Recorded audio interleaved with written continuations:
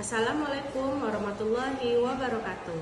Perkenalkan, saya Lita Arfa, peserta PKDP Angkatan 5 tahun 2025, BTP UIN Sultan Syarif Qasim Riau. Saya seorang dosen di program studi Manajemen Bisnis Syariah, STAI Al-Kifayah Riau.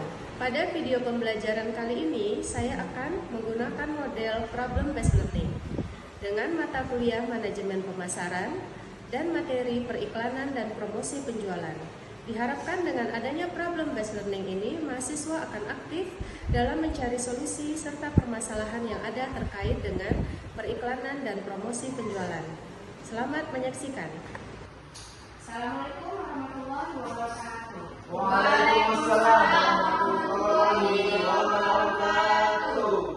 Alhamdulillah, bersyukur kita kepada Allah dan bersalawat kepada Rasulullah dengan melafazkan Allahumma sholli ala Muhammad wa ala sayyidina Muhammad.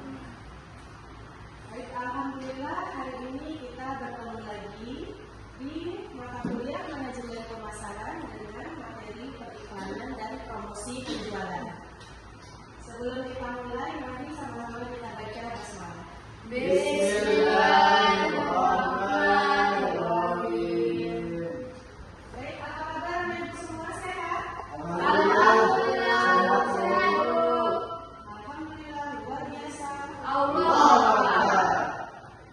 Baik, hari ini materi kita bicara tentang periklanan dan promosi penjualan. Sebelumnya ada yang pernah dengar apa itu iklan? Pernah dengar atau pernah lihat? Semuanya Bu. Kira-kira Ricky, apa itu periklanan? Kalau menurut saya pribadi, kalau iklan itu fokusnya yaitu untuk menyampaikan informasi tentang produk dan haluman ataupun kelembutan kulit dari produk yang akan digunakan. Oke, terima kasih Ricky. Dari Weni, menurut Ricky, iklan itu suatu komunikasi dalam bentuk sebuah bisa berupa dalam bentuk sebuah gambar atau apa itu. Oke, baik, sudah terdengar ya iklan. Satu lagi ada promosi. Nah, kira-kira apa itu promosi? Apakah sama dengan iklan atau ada perbedaannya? Ada. Siapa yang bisa langsung jawab? Oke, boleh Ricky. Lalu balik lagi Bu, seperti yang tadi, kalau kita apa keunggulan dari produk mereka tersebut? Situ letak. Oke, baik. Nah, Ibu sudah punya materi. Kalau pengertian iklan itu menurut KBBI atau Kamus Besar Bahasa Indonesia, yaitu pemberitahuan kepada khalayak mengenai barang dan jasa yang dijual. Biasanya dipasang di media massa, ada di koran, ada majalah, ya, atau juga sosmed atau yang lainnya. Itu adalah pengertian periklanan. Tujuan dari periklanan apa? Ada yang tahu kenapa orang beriklan? Apa tujuannya? Ya, promosi sama tidak tujuannya? Sama Bu. Oke. Jadi kalau secara garis besar antara periklanan dan promosi, biasanya untuk periklanan ini itu bentuknya seperti spanduk, ya. Nah, itu biasanya berbayar kalau periklanan ini dan bisa dilihat oleh khalayak ramai atau orang banyak. Tapi tidak ada interaksi antara yang mengiklankan dengan konsumennya langsung. Beda dengan promosi. Kalau promosi itu biasanya harganya tetap sama, penjualannya meningkat. Tapi ada interaksi antara produsen dengan konsumen. Kita bisa menawarkan langsung produknya, kita bisa mengetahui apa keunggulannya, kira-kira itu bedanya ya. Tapi promosi masuk dalam periklanan. Nah, kali ini Ibu akan memperlihatkan sebuah video mengenai periklanan. Baik, kita akan melihat salah satu materi tentang periklanan. Nanti akan Ibu minta ada pendapat ya tentang permasalahan yang akan Ibu ajukan. Silakan menyaksikan videonya. Atau dalam video ini, kita akan membahas fungsi iklan dan bagaimana iklan dapat meningkatkan penjualan dengan efektif. Sama-sama, sebentar aja. Pertama, iklan dapat meningkatkan kesadaran brand. Fungsi iklan yang baik. Nah, sekarang dari video tadi, Ibu mempunyai sebuah pertanyaan berdasarkan permasalahan yang ada. Jadi nanti kita akan tulis jawaban dari permasalahan yang ada, ditempel di karton dan akan kita bahas bersama-sama.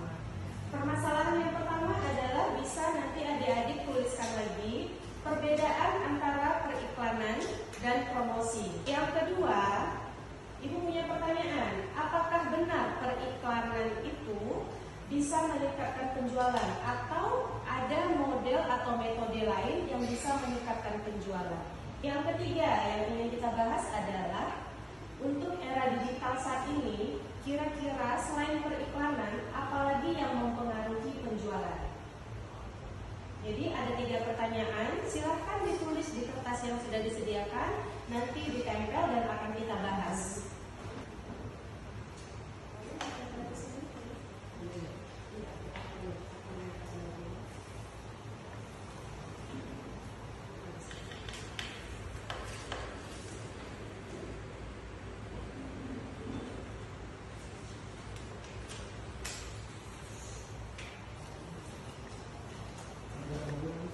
Nah, karena kita ada 2 kelompok, yang laki-laki 1, perempuan 1, jadi perwakilan dari kelompok 1 dulu, Rifki untuk menyampaikan hasil diskusinya mengenai permasalahan tadi.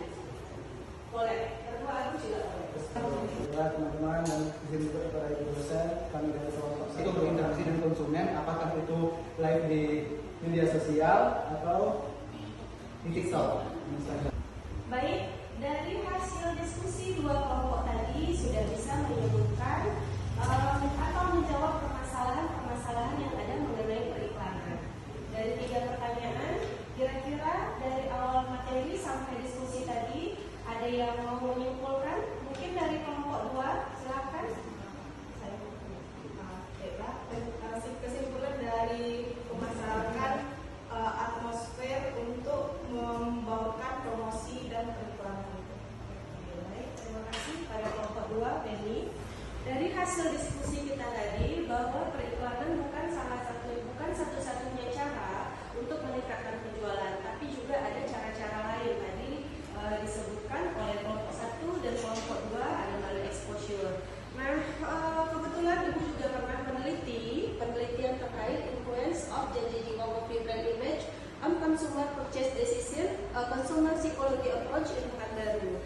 Di mana hasil penelitian ini menyebutkan bahwa selain periklanan, itu ada metode lain, yaitu pendekatan secara psikologi. Semakin seseorang merasa dekat dengan brand atau iklan tersebut, mereka akan semakin loyalitas. Ya, Ibu contohkan untuk studi kasusnya itu di Kopi Janji Jiwa. Mereka mempunyai promo yang menarik, juga periklanan mereka mempunyai bahasa yang mendekati kalangan muda, ya. Jadi akhirnya penjualan mereka meningkat. Baik, dari hasil yang tadi kita sudah tentu melihat banyak iklan. Mungkin banyak iklan itu menggunakan kata-kata yang sengaja, ya, tentu saja untuk menarik minat pembelinya. Tapi dalam Islam bagaimana mengaturnya? Ternyata dari hadis, ya, itu ada menyebutkan kedua orang yang saling berniaga memiliki hak milik diam selama keduanya belum berpisah. Beliau mengatakan hingga keduanya berpisah, dan bila keduanya berlaku jujur dan menjelaskan produknya secara jelas, maka jual beli mereka akan diberkahi. Dan bila mereka berlaku dusta dan saling menutupi cacat, insya Allah niscaya dihapuskan keberkahannya. Ya, jadi intinya periklanan itu kita harus betul-betul menyampaikan apa yang menjadi keunggulan tanpa dilebih-lebihkan, apalagi dalam kategori berbohong itu mengurangi keberkahan yang ada pada produk yang akan kita jual. Baik, dari materi kita hari ini setelah saya sampaikan, apakah kira-kira adik-adik bisa memahami apa yang telah kita sampaikan mengenai periklanan dan promosi penjualan? Bisa memahami, ya. Nah, mudah-mudahan dari materi kali ini bisa diambil manfaatnya, juga diambil ibrahnya, agar kita dalam membuat iklan itu tidak melebih-lebihkan atau sesuai dengan apa produk yang ada, sehingga penjualan tidak hanya mendapatkan keuntungan tapi juga memperoleh keberkahan. Terima kasih Ibu ucapkan untuk perkuliahan hari ini.